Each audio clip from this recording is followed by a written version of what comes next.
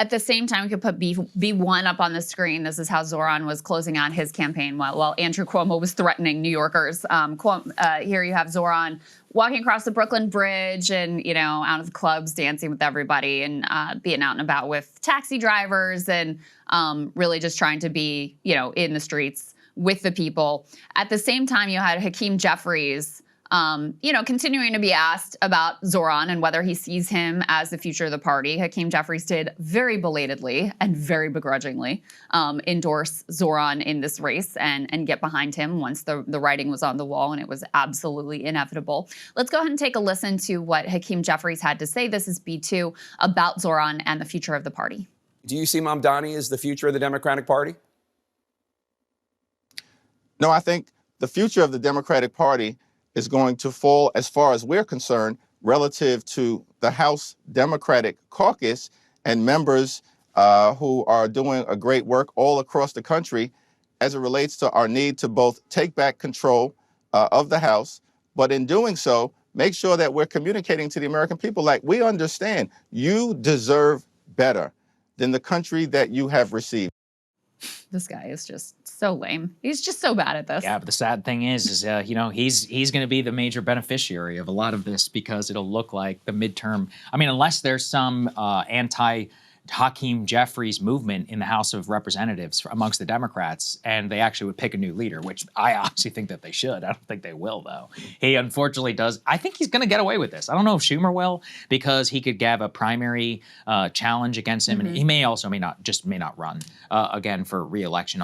Signs currently point in that direction. But Jeffries, I mean, there's no organic movement against him, and I honestly think he's going to get away with it. You don't think there's an organic movement against him? Against Hakeem Jeffries? Yeah, there definitely is. No, I mean, he may even have a primary challenge against him for his own seat. Yeah, sure. In the House. Well, I was talking about in the House caucus now. There's not a single organized anti-Jeffries movement. Obviously, look, you're right. Yeah. Things can change. I mean, I think the base is very disappointed with him. And I think there will be a lot of pressure on Democrats to choose someone different for leadership.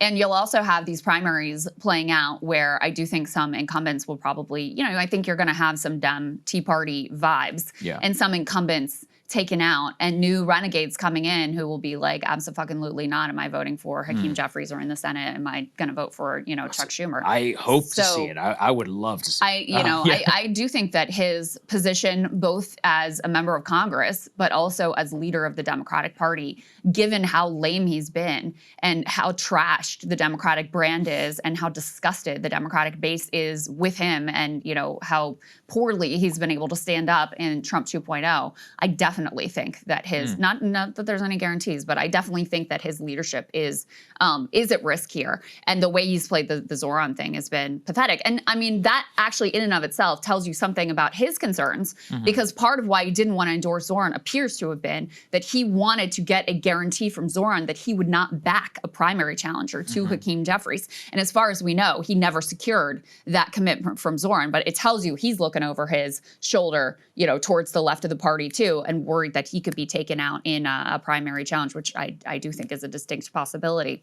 Abigail Spanberger was also asked about Zohran, and Spanberger is the consummate centrist national security Dem of Rahm Emanuel's dreams, former CIA, blah, blah, blah. After Trump gets elected, she did a lot of oh, this is all the left's fault. So we can put this next element up on the screen to see her reaction. So Ken Klippenstein tweeted this out and said, Abigail Spanberger takes a swipe at Mamdani.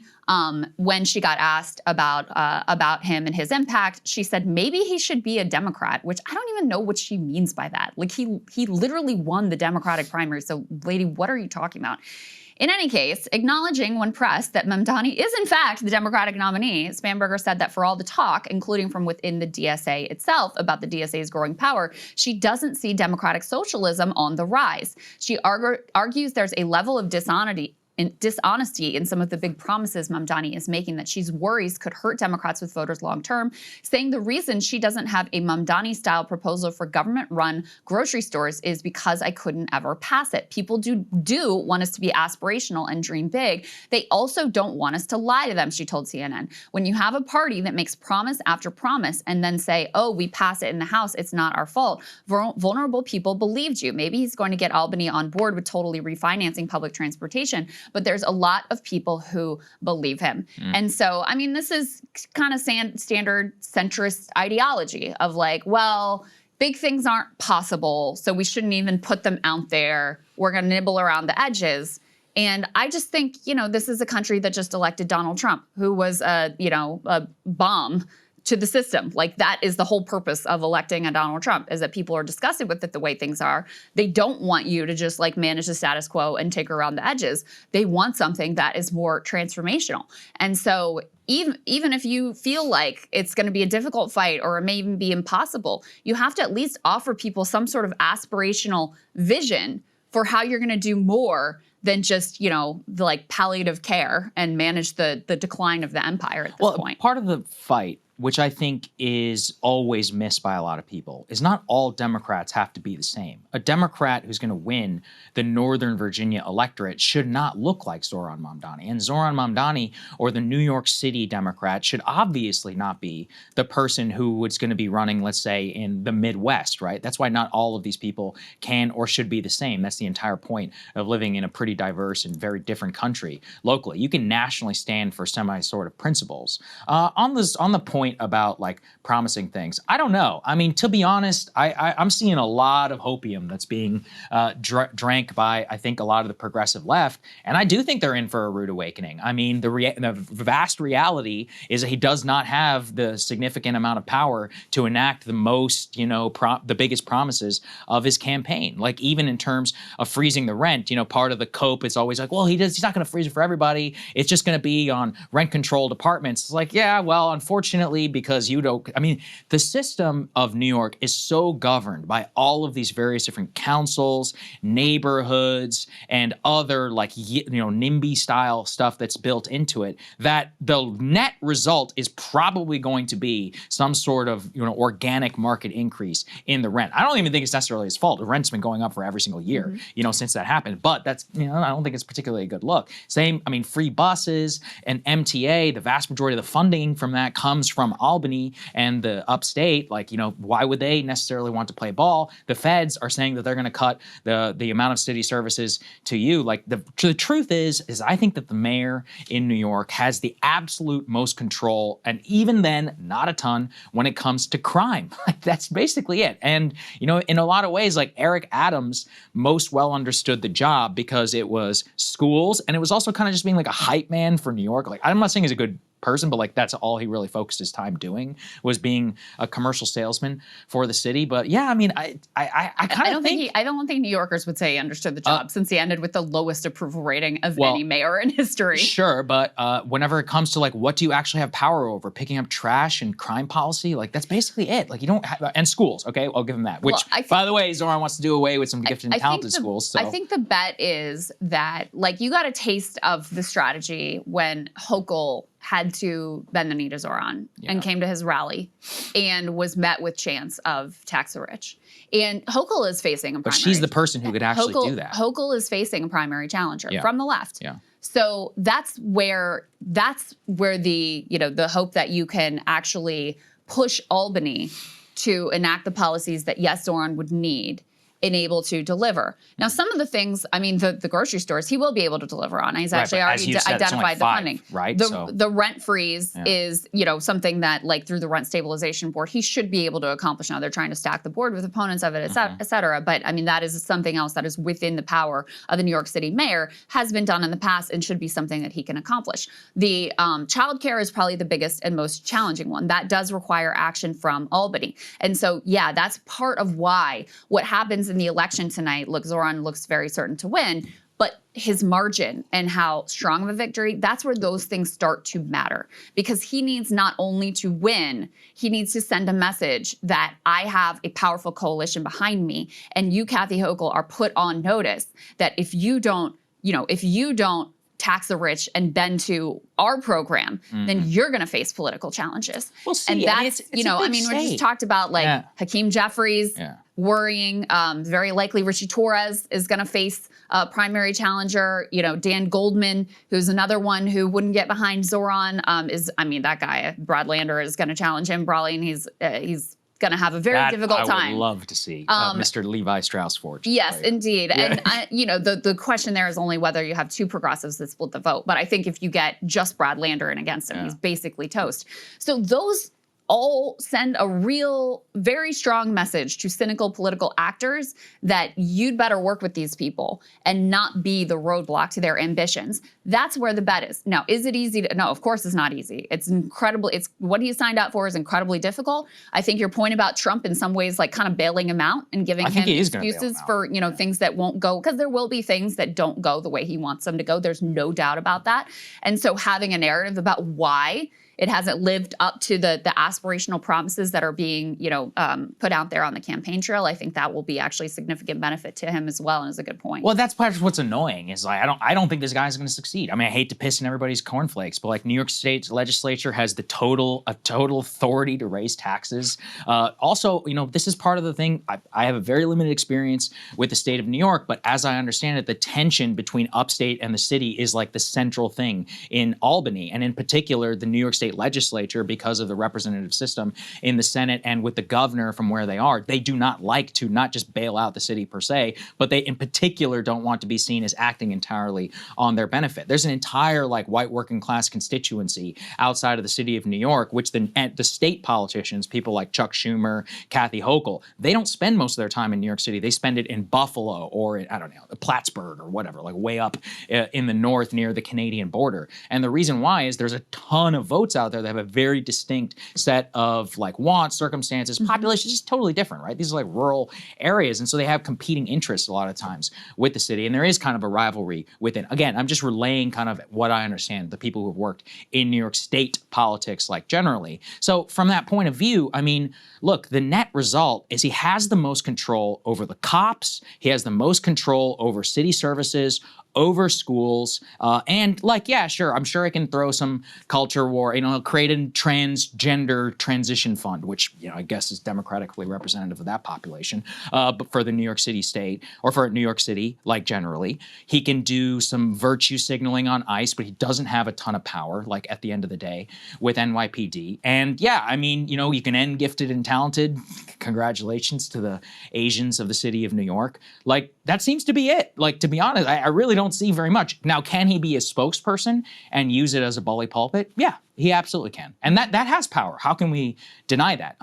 But, I mean, I don't know. I just think a lot of people in the city of New York, and I hate to be cynical, but listen, I've seen too many people get their hopes up around certain types of politicians wanting to see crash and burn. Like, the truth is that we live in a deeply corrupt, entrenched system. New York State is probably one of the most corrupt states in the entire country. The reality that you're going to raise tax, and in particular, you're going to lower rent in one of the most like cartel-controlled cities in the world, where the global super elite rich all have been flocking to for the last 30 years, it's fantastical. I mean, even freezing rent control, again, the probably net market result is going to be a net result or net increase in rent generally in the city. You're also going to see you have huge tax problems in New York. You have a significant portion of the tax base, which is reliant on the super rich. They're going to leave, and you're going to find yourself in a huge budget shortfall. Like, if you lose even 25 billionaires from the city, it's going to significantly hurt your coffers. I don't think it should be that way. I don't think you should have that sort of tax system. I've always warned that it's a huge problem.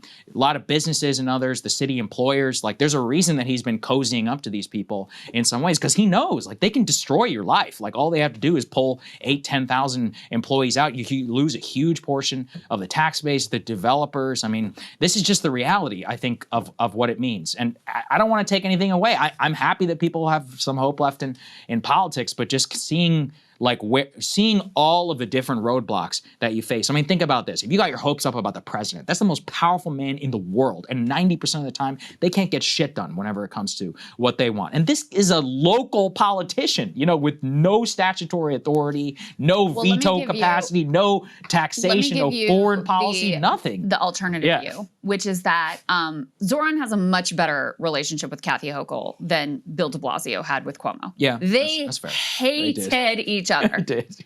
Cuomo, I mean, legendarily hated each other. And Cuomo did everything he could to fuck de Blasio. Everything he could. And de Blasio made a big promise in his campaign. He said, we're going to do universal preschool. Big promise. And Cuomo tried to block him at every turn.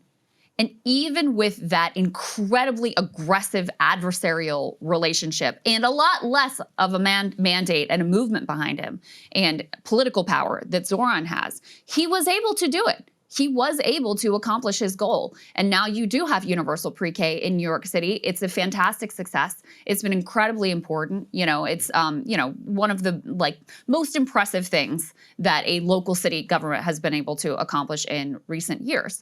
So if de Blasio can pull that off with, again, much less of a mandate, much less of the sort of political power and movement that he can wield. He didn't have any ability to threaten primary challenges against anyone. No one was looking over their shoulder because Bill de Blasio was going to endorse against them.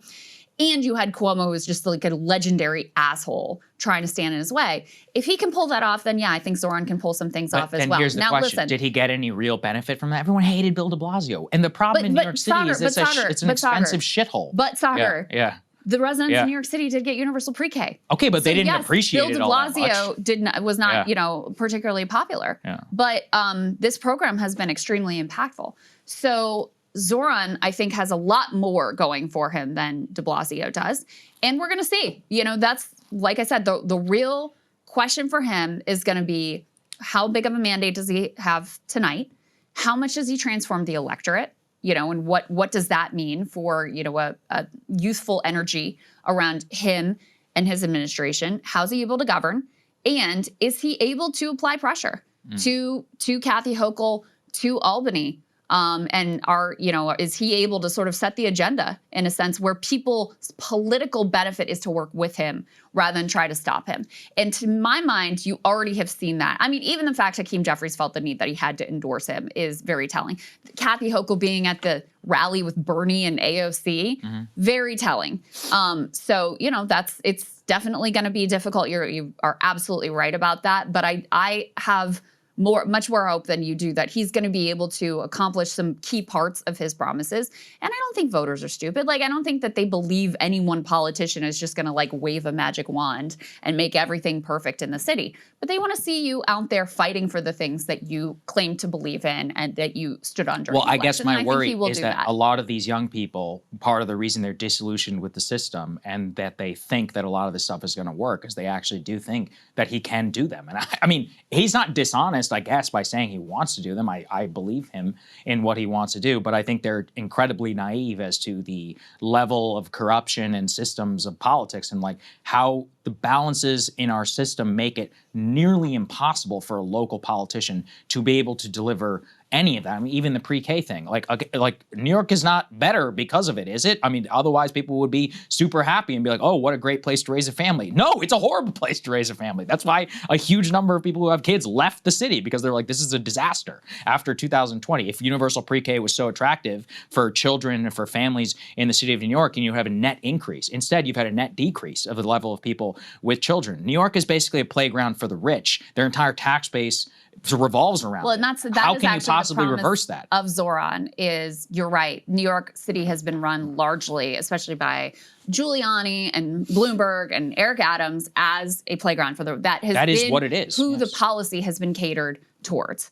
And so that is the true promise of Zohran's campaign is, what if we actually ran the city for its working class residents? What if we actually oriented policy to try to make it so that families can live here and they can survive and it's not so expensive that they can't continue to stay in the city? Because, there's all this talk about, oh, rich people are going to flee the city, which I don't believe, by the way. But in any case, the people who've been actually leaving the city it's working class residents. Yes, Like those yes, are the them people too. who are actually fleeing the city, and the city cannot survive without them. Like it will be a hollowed out husk without people, working middle class people able to live and thrive in the city. And so that is truly actually the most difficult thing for him to accomplish, is to reorient the city around the needs of, the workers who actually make it run. I don't see how it literally is impossible, considering the way that their progressive tax system is structured in the state of New York. The entire thing revolves around big businesses and extremely wealthy people putting up with 50%, 60% net tax in order to, go to Carbone at night, but look, I think it's a degenerate and a stupid lifestyle, but you guys do what you want to do. You live there. My only point is just that the net benefit, let's say, of trying to orient around working class residents would require a top to down reformation of their entire financing structure. Like there is a reason that New York is the playground for the rich, because of the businesses and others that attract them. Like if you want to try and have some redistributive policy, people are going to make individual choice. I'm not defending it. I think it's a horrible system. But I think that to reform that system, again, it wouldn't even just take the state. I think that would have to be national policy, considering where things are today. Like the net way that has been designed, I would say, since the 1980s, since Rudy Giuliani and all them came in, was let's make it a playground for Wall Street, and let's make it so that we can tax, a certain percentage of all of these global super elites that love to hang out here. And that's effectively like where the city has gone, which I think is bad. I don't think it's a good thing for the people who live there, but I almost think it's at a point now where if by trying to accomplish any of this, I mean, let me ask you this. What is success for Zohran? Like, what is it? To me, it would be he needs to be popular at the end of his term. And two, let's say if we take him at his word, then the city actually does need to be affordable for the normal, let's call it 100,000 for a middle class worker. I just don't think, I think there is literally no way that that's going to happen. I think that is probably setting the bar too high. I think that he's popular and that he accomplishes, let's say 3 out of 5 of his key goals. Affordable childcare being, I think, the most transformational one. So, if he's able to freeze the rent on rent-controlled apartments, and he's able to do the free buses, I mean, the grocery stores are going to happen. This is one thing with the rent control. Why is that a win? So that people who get rent control, because he promised it. Okay, great. But if everybody else's rent has to go up as a result of that, I'd be pissed off. These people are paying $4,800 a month for a 2-bedroom apartment. His policy, though, is that's the catchiest part. But he has a whole housing policy that's very abundance pilled, by the way. But I mean, what's the reality of that happening? Pilled. Zero. And so, there's a lot more to what he's wants to do on housing than just freezing the rent. But yeah, for those people who are in those apartments, that's going to make a big difference. But that's and there are only a lot of people who are in those apartments. Well, there's 8 million people who aren't in those apartments, and their rent is probably going to go up as a result of this policy. So are you basically arguing you shouldn't try, you shouldn't promise anything? No. Why bother? Because that's what it feels like you're promising. I mean, if anyone has a chance of success, it's this guy who comes out of nowhere, who's got a clear vision, clear promises he made to people that people like New Yorkers are excited about, and who has the force of a political movement behind him to put pressure on the political powers to be to actually effectuate that outcome. If anyone has a chance of success, it's him. Now, is it easy? No. But yeah, I do believe in a politics where you try to do things and make people's lives better.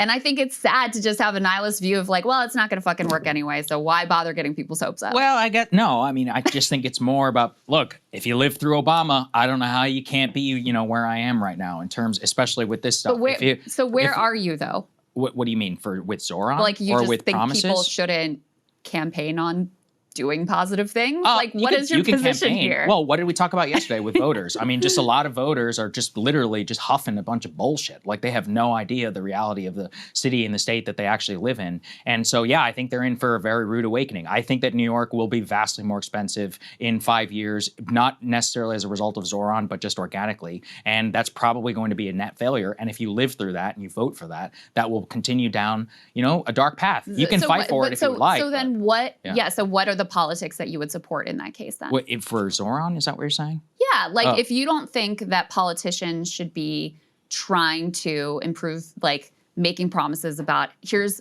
my plan to improve people's lives.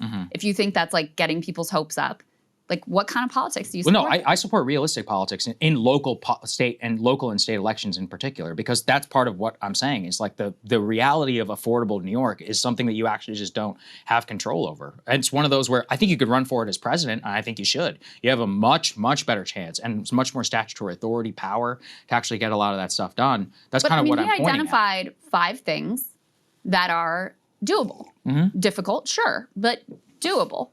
So what's wrong with that? Well, I just said with freezing rent, I mean, you're running on affordability. You're not actually going to address the market rent system of New York. You actually don't even have the power because of the ability with the boards and all those are currently being stacked. So look, it's up to you. If you want to vote for him and you want to go through that, like that's on you. You can have it if you would like, but it's just I don't know. I want people's eyes to be open. I mean, I just see I don't know. I think it's funny. I'm gonna see it reverse. Like, he set out 5, not like easy, slam dunk, but 5 things that are actually concrete and achievable. So it seems like the opposite of the like pie in the sky, we're gonna have a socialist utopia. I've never said that he's promising pie in the sky. That's what I'm saying is that even the stuff that he's trying to promise. I mean, he even talked about taxation. You literally have no statutory authority to tax anybody. Literally zero. You can make a recommendation, if you want to, but you do nothing in terms of taxes. You pick up the trash, you run the schools, you run the cops, and yes, you can occasionally like stack various boards which vote for based on corrupt interests as to whether to green light certain projects. So if or not. he's able to accomplish a majority of the 5 key promises that he made, would you see that as successful? Absolutely, yes. I absolutely would. I don't think it's going to happen. I don't think there's even a chance in hell of even maybe like 1 out of 5. And I do think that running on affordability and ultimately noting that it will probably, I mean, does anybody disagree with me that New York's will probably be more expensive in 5 years today, even if he is mayor? Like, does anyone disagree with that? Well, then, you're kind of selling a false bill of goods here. And I think that the reality, it's like you pointed to universal pre-K. Like, there's a lot of multifactorial things that go into making the place extremely expensive. No one person has any real power over that. It's a broad system thing. I guess the point could be this is a signal to the system that people should change. That's a little different. Like, I don't think people. Well, just yesterday you were saying that we should blame voters. I think a lot of them are stupid. I don't think we should think that voters believe he can just magically transform everything. I think that they believe that, if we have someone who in general is trying to orient policy more towards our needs, that's going to be to our benefit. I think they believe, hey, if we had access to free public transportation, that would be helpful, right? Which again, he has no control over. Affordable childcare, that would be helpful. If we, and they like the idea of an optimistic politics that experiments with things like, okay, we're going to, the grocery store, no one's saying it's going to like transform everything. But hey, let's try some things and try to make life a little bit better for people in the city. I think that's the idea. I don't think anyone's like, he's going to fix the cost of living crisis and it's going to be, it's going to be miraculous and I'm going to have an apartment for $800 a month or whatever. Like, I don't think anyone really believes that, but he's made a series of concrete promises, and so we'll be able to assess whether or not he's able to achieve them or how close he comes to being able to achieve those concrete promises. You may be right. My fear is that with Obama, I mean, look, I was young when Obama was elected. I actually thought that they would solve the financial crisis. I thought that the wars would end. It was a huge mistake, right, to believe any of that. And a lot of my current orientation is built on that. And then, by the way, in my adult life, had multiple campaigns, including in which you knew the people in power and you believed some of those people, and then they fucked you whenever they came into power. If you live through that, I don't know. I mean, look, that's my own orientation. You're catching me at a unique moment of time, but like any time that I've even, had an inkling, even with a ton of realism and all of that, to see the falsehoods and the fakery that you end up getting, it's a difficult pill to swallow. And I guess that's just where I'm coming from. And I do think that a lot of those 18 to 29-year-olds have not been burned yet in that type of system. And considering where the Obama generation went from 2008, for a lot of people were my age and your age as well, who lived through that level of lack of delivery and of failure left like a searing thing at the heart of a lot of the way that we look at politics. And that is how I view Zohran Mamdani. And I think a lot of the people who support him I think they believe him. Like, I think you're wrong. I think a lot of them actually believe that their rent is going to go down. I think a lot of them actually believe that he will have the ability to have I mean, how many people in the city of New York are sitting around talking about MTA funding? Like, it's just not a lot of people. How many people even know that, you know, the various boards and other people that set which projects get to be greenlit and the stories? And I mean, I could go on forever. Do you know about the scaffolding thing in the city of New York and the scaffolding cartel? Like, most people just accept it. They're like, oh, that's ugly. We just walk underneath. They have no idea the various, you know, Byzantine Zohran said he's going to try to tackle. Yes, I know. It's funny. I remember looking at that. I'm like, yeah, good fucking luck, man. I mean, the scaffolding cartel in the city of New York alone is one of those where that has been a problem for like 30 years, unsolvable.